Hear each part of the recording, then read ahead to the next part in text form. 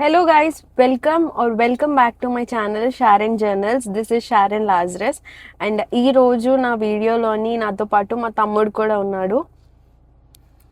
Hello guys, this is Silas Lazarus.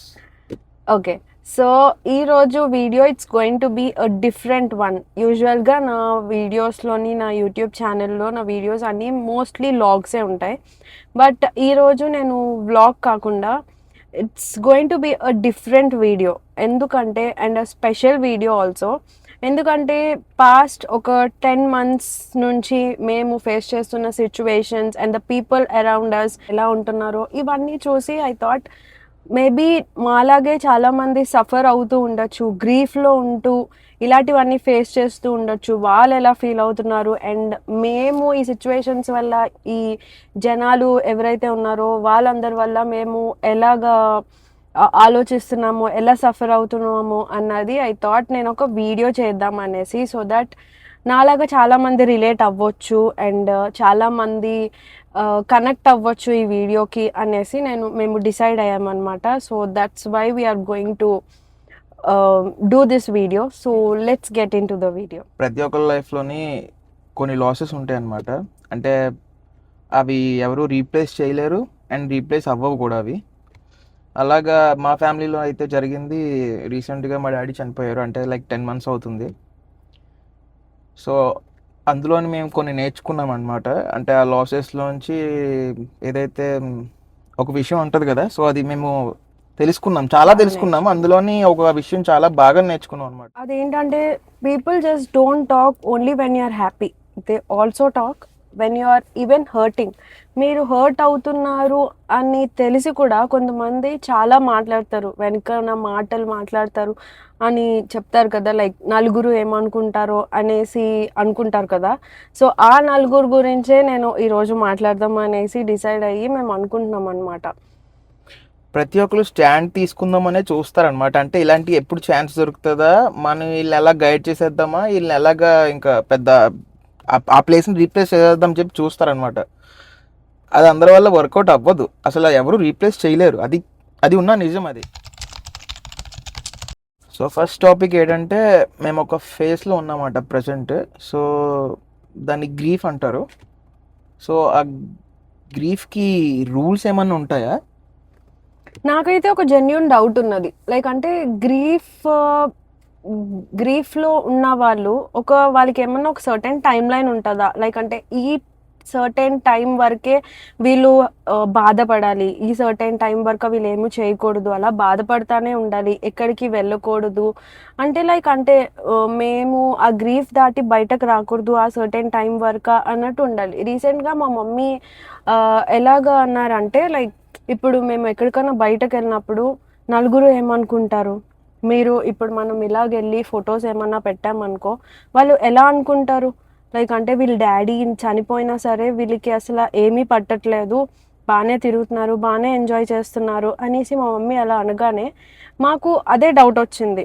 Like అంటే ఇంకా మేము బయటకు వెళ్ళకూడదా, నలుగురితో కలిసి నవ్వకూడదా, లేకపోతే ఫొటోస్ పోస్ట్ చేయకూడదా, ఎనీథింగ్. లైక్ అంటే మేము ఏం చేసినా సరే end of the day night పడుకున్నప్పుడు ఎవరు ఎలా సఫర్ అవుతున్నామో అది మా ఫ్యామిలీ మెంబర్స్ నలుగురికే తెలుస్తుంది, ఇంకా ఎవరికి తెలీదు.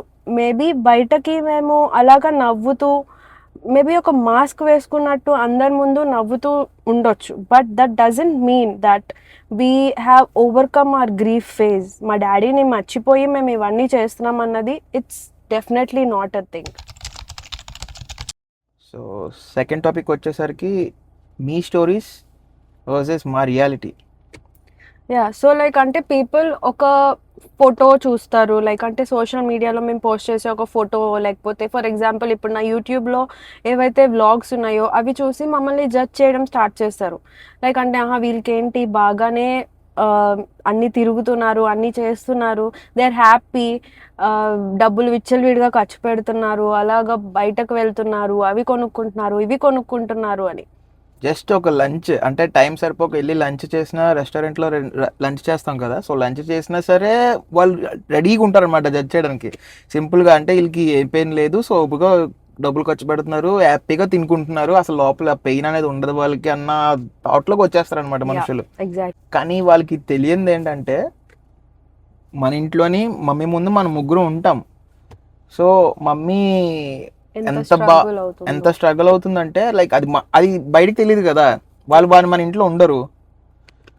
సో మమ్మీ ప్రతి క్షణం బాధపడుతూనే ఉంటుంది అనమాట. అంటే లైక్ ఫర్ ఎగ్జాంపుల్ మేము ఇప్పుడు చిన్నది ఏమన్నా హ్యాపీ మూమెంట్ వచ్చినా సరే డాడీ ఉండుంటే బాగున్ను, డాడీ ఉండుంటే ఇలా ఉందును అని చెప్పి ప్రతి దానికి బాధపడుతుంది అమ్మ.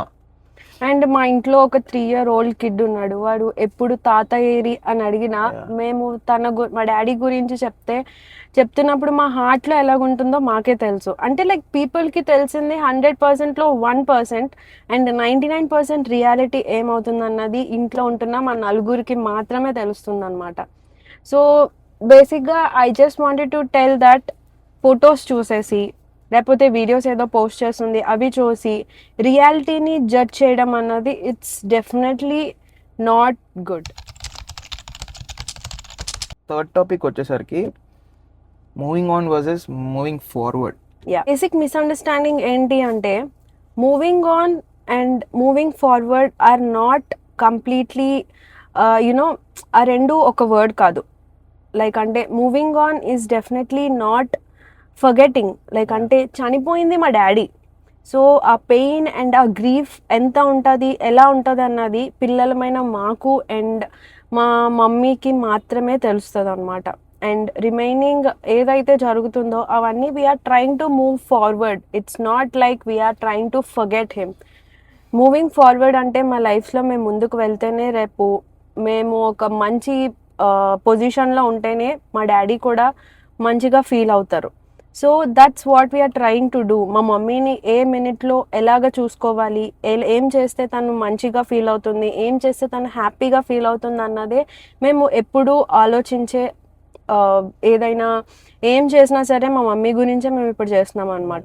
బేసిక్గా 24/7 మమ్మీ కోసం ఆలోచిస్తాం. మమ్మీ ఎక్కడ మళ్ళీ డైవర్ట్ అవుతుంది, మళ్ళీ అదే పెయిన్లోకి వెళ్ళిపోతుంది అంటే మర్చిపోవడం ఉండదు.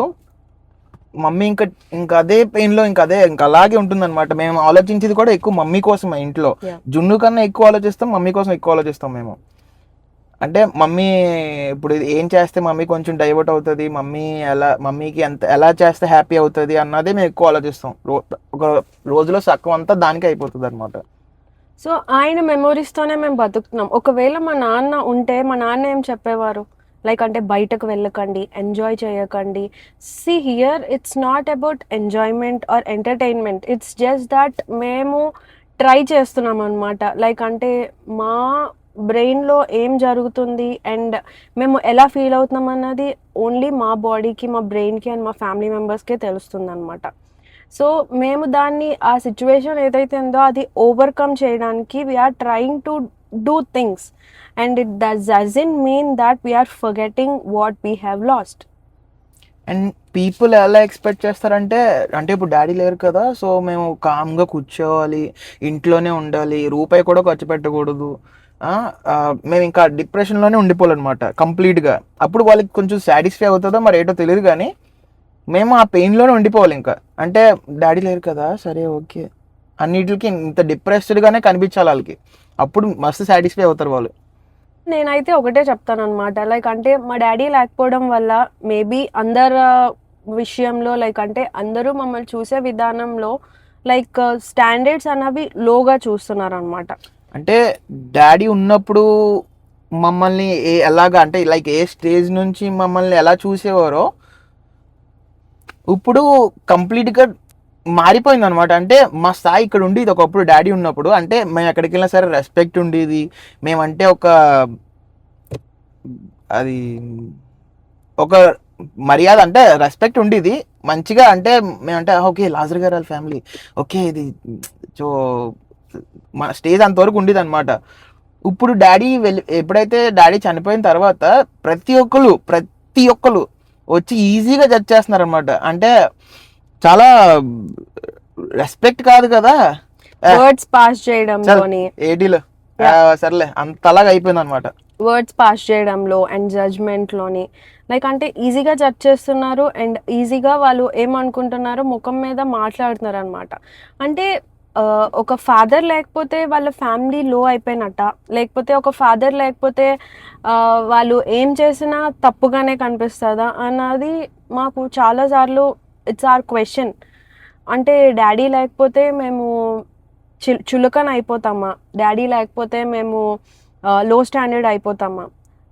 మా ఫాదర్ మాకు మంచిగా చదువు ఇచ్చారు and he has put us in a good situation. Like అంటే మమ్మల్ని ఒక మంచి స్థాయిలో నిలబెట్టారు మా డాడీ. మా ఈ ఫాదర్ అంటే మా డాడీ చనిపోయినంత మాత్రాన we don't lose our ethics, we don't lose what he has given us. Like అంటే అతను మాకు ఏం నేర్పించారో మేము అవి ఏవీ మర్చిపోలేదు, ఏవీ వదిలేలేదు కూడా. సో నేను ఒకటే చెప్తాను అనమాట, మీరు మాకు రెస్పెక్ట్ ఇవ్వాల్సిన లేదు, మీరు మమ్మల్ని అక్కడ చూడాల్సిన అవసరం లేదు. Let us live our life. ఈ వీడియో ఎవరిని టార్గెట్ చేయడానికి కాదు, కానీ ఒక స్మాల్ రిక్వెస్ట్, మీరు ఒక గ్రీవింగ్ ఫ్యామిలీని చూసి వాళ్ళ స్మైల్స్ని చూసి జడ్జ్ చేయకండి. ఎందుకంటే కొన్ని స్మైల్స్ చాలా టీయర్స్ తర్వాత వస్తాయి. మీరు క్రియేట్ చేసే రూమర్స్ మీకు ఒక 5 minutes టాపిక్ అవ్వచ్చు, కానీ ఆ రూమర్స్ వల్ల హర్ట్ అయిన ఫ్యామిలీకి రికవర్ అవ్వడానికి ఒక మంత్స్ పట్టొచ్చు, ఇయర్స్ కూడా పట్టొచ్చు. If you can't help, at least don't hurt. And if you can't understand someone's journey, at least don't write their story for them. People think healing means forgetting, but healing అంటే పెయిన్తో కూడా లైఫ్ని continue చేయడం. మా నాన్నని మేము మర్చిపోలేదు, మర్చిపోము కూడా. మేము నవ్వుతున్నామంటే హ్యాపీగా ఉన్నామని కాదు, స్ట్రాంగ్గా ఉండడానికి ట్రై చేస్తున్నామని. And dad, if you're watching us somewhere, we're trying our best every single day. So finally నువ్వు నేర్పిన విలువలన్నీ మాతోనే ఉంటాయి daddy. Lastly, if you're someone who could relate to this video and if you're someone who are going through this tough phase, you're not alone. We got this.